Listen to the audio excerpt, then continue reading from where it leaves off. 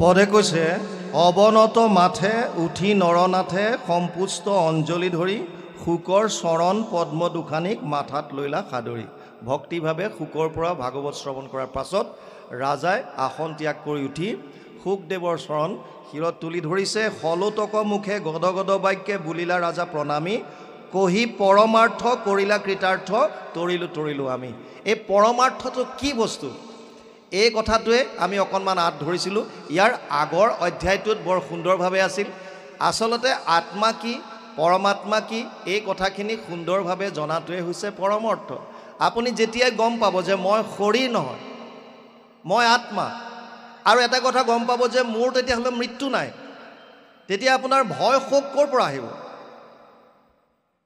আপুনি যদি গম পায় যে মোৰ কোনোদিন মৃত্যু নহয়, আপোনাৰতো ফূৰ্তি লাগিলেই যে মই কেতিয়াও নমৰোঁ। আমাৰ ভয়টো কিহৰ কাৰণে? মৃত্যুৰ কাৰণে ভয়। যদি আপুনি এই সত্যটো গম পায় যে মোৰতো মৃত্যুৱে নাই, মইতো নমৰোঁ কোনোদিন, তেতিয়া আপোনাৰ ভয়টো ক'ত লাগিব? এতিয়া আমাৰ ভয়টো কিয় লাগে? যে আমি আচলতে মই কোন এই সত্যটো উপলব্ধি কৰিব পৰা নাই। চাওক, মূল তিনিটা তত্ত্ব, ভগৱানৰ তিনিটা শক্তি বুলিও মানি লওক। প্ৰথমটো হৈছে চিত শক্তি, যাক ব্ৰহ্মতত্ত্ব বুলি কয়, ভগৱানৰ অন্তৰংগ শক্তি বুলি কয়, পৰাশক্তি বুলি কয়। এটা হৈছে তেওঁৰ মায়া শক্তি, যিটো বহিৰংগ শক্তি বুলি কয়। মায়া দুই ধৰণৰ আছে, এটা জীৱ মায়া, এটা গুণমায়া। জীৱ মায়া দুই ধৰণৰ আছে, এটাক কয় আৱৰণ, এটাক কয় বিক্ষেপণ। আৱৰণটোৱে আমাৰ মন বুদ্ধিক ভগৱানৰ দেখা পোৱাৰ মাজত এখন পৰ্দা দি থয়, যিটোৰ কাৰণে হৃদয়তে থকা ভগৱন্তক আমি দৰ্শন নাপাওঁ, আৱৰণটোৰ কাৰণে। আৰু এটা হৈছে বিক্ষেপণ। মায়াৰ এটা এনেকুৱা শক্তি আছে যিটোৱে আমাৰ মনটোক ভগৱানৰ কাষৰ পৰা আঁতৰাই সংসাৰৰ ফাললৈ সদায় লগাই থয়। ধন টকা পইচা পুত্ৰ পৰিবাৰ ভগৱানৰ পৰা মনটো বিক্ষেপণ কৰি আঁতৰলৈ লগাই থয়। তৃতীয় তত্ত্বটো হৈছে জীৱ। আমাৰ বাহিৰে এতিয়া দুটা তত্ত্ব আছে, এক হৈছে ভগৱান তত্ত্ব, এক হৈছে মায়া তত্ত্ব। একেবাৰে চিধা ফৰ্মুলা। আমি হ'লোঁ জীৱ, আমাৰ বাহিৰে দুখনেই পথাৰ আছে, এফালে ভগৱান, এফালে তেওঁৰ মায়া। এই তৃণডালৰ পৰা, বনডালৰ পৰা ব্ৰহ্মলোক পৰ্যন্ত যত যিমান দেখা পাইছে সমস্তবিলাক মায়াৰ অধীনত আহিছে, চব মায়া। ইয়াৰ পৰা হাত সাৰিব পৰা কোনো নাই। এই মায়াৰ আন এটা পাৰ্ট হৈছে গুণমায়া, এটা জীৱমায়া, এটা গুণমায়া। গুণমায়াত তিনিটা গুণ, সত্যম ৰজস তম ইতি গুণ প্ৰকৃতি সম্ভৱা নিবধ্নন্তি মহাবাহু দেহে দেহিনাম অব্যয়ম। 14 অধ্যায় 5 নম্বৰ শ্লোক গীতা। তাত কৈছে, হে অৰ্জুন, মোৰ তিনিটা গুণ আছে মায়াৰ। কি তিনিটা? সত্যগুণ, ৰজগুণ আৰু তমগুণ। এই তিনিটাৰ দ্বাৰাই, তিনিটা গুণেই বিক্ষোভিত হৈ মহতত্ত্ব, তাৰ পৰাই অহংকাৰ, তাৰপিছতেই ক্ৰমাগতভাৱে পঞ্চভূত, 5 তন্মাত্ৰা, 5 জ্ঞানেন্দ্ৰিয়, 5 কৰ্মেন্দ্ৰিয় আৰু অন্তঃকৰণৰ আমাৰ 4টা বস্তু আমি কওঁ। এই 24 তত্ত্বৰ দ্বাৰা আহি পেলাই শৰীৰটো হৈছে, মায়া হ'ল জ্বৰ। যেনেকৈ আত্মাটো ওলাই যোৱাৰ পাছত যিটো শৰীৰ পৰি থাকে সেইটো পঞ্চভূতি শৰীৰেই, কিন্তু লৰচৰ কৰিব নোৱাৰে। তাত আৰু এটা শক্তি সোমাই থাকে, এই জীৱতত্ত্বটো, আত্মা। গতিকে যদি আপোনালোকে বুজি পায় যে মই এই শৰীৰটো নহয়, আমি কোনো কোনো সময়ত উপলব্ধিও কৰোঁ। আপুনি যাক মই কৈ আছে যে মই, আপুনি সেই মইটো এবাৰ ভাবক, আপুনি সৰু হৈ আছিলে, কেঁচুৱা। তাৰপাছত মনত পেলাওক, মই 5 বছৰতো মই বুলিয়ে কৈ আছিলোঁ, কলেজত পঢ়োঁতে ময়ে আছিলোঁ, ওলাই আহিলোঁ ময়ে, চাকৰি কৰিলোঁ ময়ে, চাকৰিৰ পৰা ওলাই আহিলোঁ ময়ে, এতিয়া ভকতৰ লাইনতো ময়ে। তাৰমানে আছোঁ ময়ে, কিন্তু শৰীৰটো সেইটোৱে আছেনে? ক্ষণে ক্ষণে চেঞ্জ হৈ আছে, যিটো নিত্য প্ৰলয় বুলি কৈছে। মই যদিও কৈ আছোঁ, কিন্তু শৰীৰটোতো আপোনাৰ মই হৈ থকা নাই এতিয়াও। আপোনাৰ শৰীৰ আপোনাৰ সলনি হৈ আহি আছে। অৰ্জুনক ইয়ালৈকো কৈছে, বাসাঞ্চি জীৰ্ণানি যথা বিহায় নবানি গৃহণতি নৰূপৰাণি তথা শৰীৰানি বিহায় জীৰ্ণানি অন্যান্য সংয়াতি নবানি দেহি। 2 অধ্যায় 22 নম্বৰ শ্লোক গীতা। হে অৰ্জুন, যেনেকৈ মানুহে কাপোৰ ফাটি গ'লে নতুন বস্ত্ৰ পৰিধান কৰে, ঠিক তেনেকৈ আত্মাই এটা শৰীৰ তেওঁৰ থাকিবৰ কাৰণে যেতিয়া অযোগ্য হয় বা শৰীৰটো যেতিয়া শিথিল হৈ পৰে সেই শৰীৰ ত্যাগ কৰি বেলেগ শৰীৰ ধাৰণ কৰে আত্মাৰ তাৰমানে মৰণ নাই এইটো কথা সমস্ত শাস্ত্ৰই হিন্দু ধৰ্মৰ আপোনালোকে যিমান গ্ৰন্থ মেলি চাওক এইটোৱে ক'ব যে আত্মাৰ মৃত্যু নাই গতিকে মই এতিয়া চাওক মই আৰু মোৰ দুটা বস্তু মই যদি কওঁ যে এখন কাৰ গামোচা মোৰ গামোচা তাৰমানে মই গামোচাখন নহয় এখন কাৰ চেলেং মোৰ চেলেং তাৰমানে মই চেলেংখন নহয় এইটো কাৰ হাত মোৰ হাত মানে মই হাতটো নহয় মোৰ যিমানবিলাক বস্তু আছে মোৰ ঘৰ মোৰ দুৱাৰ মোৰ গাড়ী মোৰ টকা পইচা এইবিলাক বস্তু মই হ'ব নোৱাৰো তাৰ মানে এইটো কাৰ শৰীৰ মোৰ শৰীৰ তাৰমানে মই শৰীৰটো আমি প্ৰায়ে কওঁ আজি দুদিনমানৰ পৰা মোৰ গাটো ভাল লাগি থকা নাই মোৰ গাটো ভাল লাগি থকা নাই মানে মই বেলেগ আৰু মোৰ গাটো বা শৰীৰটো বেলেগ মোৰ শৰীৰটোহে বেয়া লাগি আছে এই তত্ত্বটো যদি বুজি লওঁ এতিয়া এই শৰীৰটোৰ কথা কৈছে যিহেতু ই মায়াৰ দ্বাৰা সৃষ্ট এইটো বিনাশী দুৰ্লভ মানুষ দেহ দেহিনাম ক্ষণভংগুৰ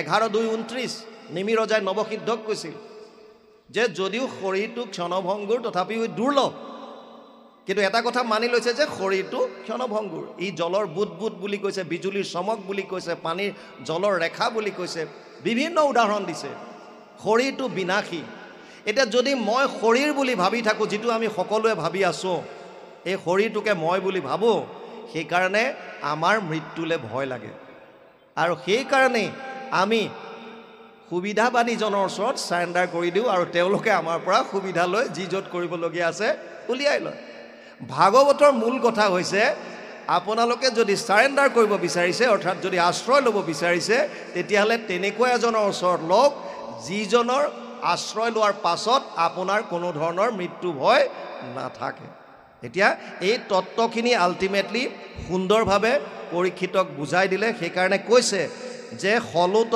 কহি পৰমাৰ্থ কৰিলা কৃতাৰ্থ তৰিলো আমি তাৰমানে মই যে আত্মা এই কথাটো তুমি মোক বুজাই দিলা শৰীৰটো বেলেগ বস্তু মায়াৰ দ্বাৰা সৃষ্ট ই বিনাশী আৰু আত্মাটো হৈছে ই সনাতন নিত্য এই তত্ত্বটো বুজাই দিলা তাৰ পাছত কৈছে যিটো মহাহৰি ব্ৰহ্মা আদি কৰি মোহিত যাৰ মায়াত মোহ অন্ধকাৰ গুচাই আমাৰ কৰাইলা তাংক সাক্ষাৎ আমি কৈছিলো তিনটা তত্ত্বৰ কথা বা তিনটা শক্তি তাৰে এটা হৈছে মায়া এই মায়া চতুশ্লোকী ভাগৱতত যেতিয়া প্ৰভু নাৰায়ণে ব্ৰহ্মাক ভাগৱত ভাগ দিছিল প্ৰথম দ্বিতীয় শ্লোকটোত মায়াৰ বিষয়ে কৈছে ঋতেৰ্থে যত প্ৰতীয়ত না প্ৰতীয়ত চাত্মানি তদ বিদ্যাদ আত্মনো মায়া যথা আভাসো যথা তম 2:9:34 দ্বিতীয় স্কন্ধ নৱম অধ্যায় 34 নম্বৰ শ্লোক ভাগৱত অনুবাদ কৰিছে গুৰুজনাই দ্বিতীয় স্কন্ধত মায়াৰ বিষয়ে একেবাৰে পানীৰ দৰে ভাষাত লিখিছে মায়া কি অবস্তুক দেখায় বস্তুক আৱৰি এহিকে মোহৰ মায়া জানা নিষ্ট কৰি নাথাকিতো যেন দেখি চন্দ্ৰমা দুটয় থাকিতো ৰাহুক যেন কেহু নেদেখয় এতিয়া নাথাকিতো চন্দ্ৰ দুটা কেতিয়া দেখে আপুনি কেতিয়াবা ৰাতি চাব যেতিয়া ফটফটীয়া আকাশত জোনবাই ওলাই থাকে তলত যদি পুখুৰী থাকে নিৰ্মল পানী হয় তেতিয়া এনেকুৱা লাগিব যেন জোনবাইটো আপুনি পুখুৰীলে চালে তাৰ পৰা ওলোৱা নিচিনা দেখা পাব কিন্তু আচলতে তাত জোনবাইটো নাই নাথাকিতো যেন দেখি চন্দ্ৰমা দুটয় আছে ওপৰত তথাপিও আপোনাৰ তলত থকা নিচিনা দেখা পাইছে আপুনি এইবিলাক মায়াৰ খেল যিয়ে নহওক সাইণ্টিফিকেলি প্ৰতিবিম্ব পৰিছে এইটো বেলেগ বস্তু কিন্তু শাস্ত্ৰীয় ভাষাত বুজাইছে যে যদিও নথকাত যেনেকৈ দুটা নিচিনা দেখো যেনেকৈ মৃগ তৃষ্ণাবিলাক মৰিচিকাবিলাক আমাৰ জয়ছলমেৰত পোষ্টিং আছিল তাততো গোটেই বালি মৰুভূমি তাত যেতিয়া 52 ডিগ্ৰী সেলসিয়াছ এবাৰ আমাৰ চাৰিআলিত বিশ্বনাথ চাৰিআলিতো 39 ডিগ্ৰী সেলসিয়াছলৈকে গৰম গৈছে এই যোৱা সপ্তাহত ইমান ভয়ানক 52 ডিগ্ৰী সেলসিয়াছ 52 ডিগ্ৰীলৈকে আমি নিজে তাত ৰেকৰ্ড কৰিছোঁ 52 ডিগ্ৰী তেনেকুৱা গৰমত যেতিয়া বালিময় হ'ব দূৰলৈ যেতিয়া চাব আপোনাৰ এনেকুৱা লাগিব যেন এই দূৰত সৰোবৰ আছে হ্ৰদ এটা যেন আছে পানী আছে কিন্তু আপুনি যদি গৈ থাকে সেইটো পিছলৈ গৈ থাকিব আলকতৰা দিয়া ৰাস্তাবিলাকত পকী ৰাস্তাবিলাকত যদি বেছিকৈ আলকতৰা থাকে খুব গৰম যেতিয়া পৰে ৰ'দ যেতিয়া পৰে তেতিয়াও আপুনি দূৰৰ পৰা দেখিলে তাতো পানী থকাৰ নিচিনা এটা দেখা পোৱা যায় উদাহৰণ দিছে যেনেকৈ সেইটো পানী নহয় লাগে পানী মায়াই আমাক তেনেকুৱা কৰে, বস্তু কৰি দেখুৱায়, যিটো আচলতে যিটো বস্তুৰ পৰা আমাৰ কোনো ধৰণৰ লাভ নহয়, না ইহলোকত না পৰলোকত, কিন্তু তাতে আনন্দটো আছে বুলি ধন জন পুত্ৰ পৰিবাৰ ঘৰ দুৱাৰ ইত্যাদি ইত্যাদিত আমাৰ মনটো লগাব বিচাৰি থাকে। এই মায়াত একেবাৰে সাধাৰণ জীৱ এটাৰ পৰা বুলি ব্ৰহ্মা পৰ্যন্ত কোনো হাত সাৰি যাব পৰা নাই। আৰু সেইটো কাৰণে ব্ৰহ্ম ভুৱনালোক পুনৰাৱৰ্তিনো অৰ্জুন মামু পৈত্যত কৌন্তেয় পুনৰ্জন্মনা বিদ্যতে। 8ম অধ্যায় 16 নম্বৰ শ্লোক গীতা। অৰ্জুনক কৈছে, হে অৰ্জুন, মোৰ মায়াৰ পৰা হাত সাৰিব পৰা নাই ব্ৰহ্মাও, সেইকাৰণে ব্ৰহ্মালৈকে ব্ৰহ্মলোকত থকা জীৱ যিমান আছে জ্ঞান মাৰ্গৰ দ্বাৰা ব্ৰহ্মলোকলৈকে যাব পাৰে, সেইসকলৰো পুনৰাৱৰ্তন আছে। তাৰমানে পুনৰপি জননম পুনৰপি মৰণম পুনৰপি জননী জঠৰে শয়নম, বাৰে বাৰে জন্মত আহিব লাগিব, হাত সাৰিব নোৱাৰে। ইভেন ভাগৱততো ইয়ালৈকে ক'লে, যেবে এক শত হোৱে বৰিষ ব্ৰহ্মাৰ ব্ৰহ্মাকো কৰন্ত তেবে ঈশ্বৰে সংহাৰ। তাৰমানে ব্ৰহ্মাও হাত সাৰি যাব নোৱাৰে। গতিকে এই যিটো কথা ইয়াত এতিয়া কৈছে, পৰীক্ষিতে বুজি লৈছে যে যিটো মহাহৰি ব্ৰহ্মা আদি কৰি মোহিত যাৰ মায়াত, আমি ক্ষুদ্ৰ প্ৰাণীৰ কথা বাদেই দিলোঁ, ব্ৰহ্মাও হাত সাৰি যাব পৰা নাই। আপোনালোকে জানে কেনেকৈ গৰু চুৰ কৰি নিছিলে, বৎস পালকসকলক চুৰ কৰি নি পেলাই ৰাখিলেগৈ ব্ৰহ্মলোকত, তাৰপাছত কি গতি হ'ল সেইখিনি আমি সকলোৱে পাইছোঁ। ব্ৰহ্মাৰ মোহ বুলি যিটো আছে তাত সুন্দৰভাৱে আপোনালোকে পাইছে। গতিকে আল্টিমেটলি প্ৰভু ভগৱন্তৰ মায়াৰ পৰা হাত সাৰিব ব্ৰহ্মাও পৰা নাই। মোহ অন্ধকাৰ গুচাই আমাৰ কৰাইলত তাংক সাক্ষাৎ। তেনেকুৱা দূৰস্থ যিটো অতি দুষ্টৰ যিটো মায়া, সেই মায়াৰ পৰা মোৰ দৰে এজন অজ্ঞানিক তুমি হাত সৰুৱাই মোৰ হৃদয়ত পৰম আনন্দ চৈতন্য কৰাই দিলা, দেখাই দিলা। অৰ্থাৎ প্ৰভু ভগৱন্তক মোৰ হৃদয়ত সাক্ষাৎ কৰাই দিলা। মই কোন এটলিষ্ট মই বুজি পালোঁ এতিয়া। তাৰপাছত কৈছে, তজু উপদেশ আৱেশে জানিলোঁ প্ৰাণৰ বন্ধু কৃষ্ণক, কৰিলাহা যেন কিনো কৃপা মোক চক্ষু দিলা অন্ধলাক। কিমান যে কৃপা কৰিলা। এতিয়া কৃষ্ণ মানে কি? কৃষ্ণ শব্দ চাওক, আমাৰ প্ৰতিটো জীৱই এটা বস্তুৱে বিচাৰে, সেইটো হৈছে আনন্দ। পৃথিৱীত বৰ্তমান 700 পৰা 800 কৰোৰ মানুহে আছে জীৱ। কোনো মানুহৰ লগত কাৰো মিল নাই। সেইকাৰণে আমি সকলোকে চিনি পাওঁ যে এইগৰাকী অমুক, এইজন অমুক, এইজন তমুক। আমি চিনি পোৱাটো বাদ দিয়ক, 1000 গাই পোৱালি আপুনি পথাৰ এখনত ৰাখি দিয়ক, চাৰিওফালে ঘেৰাও মাৰি, আৰু তাত এজনী গাই তাত এৰি দিয়ক। বাকীবিলাকে গাখীৰ খাবলৈ আহিলে লঠিয়াই দিব, কিন্তু নিজৰ পোৱালিটো সেই 1000টাৰ মাজত যদি আহি গাখীৰ খাব বিচাৰে, তাক পাতি দিব আৰু তাৰ গা চেলেকি থাকিব। কিয়? এই 1000টা গাই পোৱালিৰ মাজতো গাইজনীয়ে নিজৰ পোৱালিটো কিয় চিনি পায়? কাৰণ বৈষম্যতাৰে ভৰা। এজোপা গছত যদি 1000টা ফল আছে, এই ফল 1000টাৰ আপোনালোকে যদি তাক যদি প্ৰেক্টিকেল কৰি চাই, যদি টেষ্ট কৰি চাই, ইটোৰ লগত সিটোৰ মিল নাই, ইমান বৈষম্যতাৰে ভৰা। সেয়াও আৰু বাদ দিলোঁ, এই বুঢ়া আঙুলিৰ চাপটো, আমি যিটো RTI বা LTI কওঁ, আমাৰ পুৰুষসকলে LTI দিয়ে, লেফ্ট যিটো বুঢ়া আঙুলিৰ চাপ লগায়, আৰু আইসকলে সোঁহাতৰ বুঢ়া আঙুলিৰ চাপ লগায়। এই জেগাকণো কাৰো লগত কাৰো মিল নাই। ইমান বৈষম্যতাৰে ভৰা এখন সংসাৰ। এটা বস্তুৰ মিল আছে, সেইটো হৈছে আমাৰ সকলোকে আনন্দ লাগে, এইটো সত্য। আৰু যিটো আনন্দৰ কাৰণেই আমি ৰাতিপুৱা শোৱাৰ পৰা উঠাৰ পৰা বুলি ৰাতি শোৱালৈকে অহৰহ কৰ্মত ব্যস্ত হৈ আছোঁ। কিয়? আমাক আনন্দটো লাগে। আজি আপোনালোকে ইয়ালৈ কিয় আহিছে? অকল নিমন্ত্ৰণ দিছে বুলি নহয়, মনত এটা ভাৱ আছে, তালৈ যাম, ঈশ্বৰৰ কথা শুনিম, নাম হ'ব তাত, প্ৰভু ভগৱন্তৰ আমি নাম শ্ৰৱণ কৰিম, এটা মনত ভাৱ, ভকতৰ সংগ পাম, ইজনে সিজনক লগ পাম। কিয়? লগ কৰিলে কি হ'ব? আনন্দ। মানে চোৰটোৱে চুৰ কৰিবলৈ গৈছে, আনন্দ লাগে। পুলিচে তাক ধৰিবলৈ গৈছে, আনন্দ লাগে। এক্সট্ৰিমিষ্ট জংঘলত ঘূৰি আছে, আনন্দ লাগে। সকলোকে আনন্দ লাগে। আনন্দটো পাম কেনেকৈ? সেইটোৰ কথাই আল্টিমেটলি ইয়াত কৈছে যে যিজন কৃষ্ণত শৰণ ল'লে তুমি আনন্দ পাবা। এতিয়া কৃষ্ণ কোন? কৃষ্ণ শব্দৰ অৰ্থ উদ্যোগত দিছে মহাভাৰতৰ, কৃষি ভূবাচক শব্দ ন নিবৃত্তিবাচক দ্বয়ো ৰেখাত পৰম ব্ৰহ্ম কৃষ্ণ ইতি অভিধীয়তে।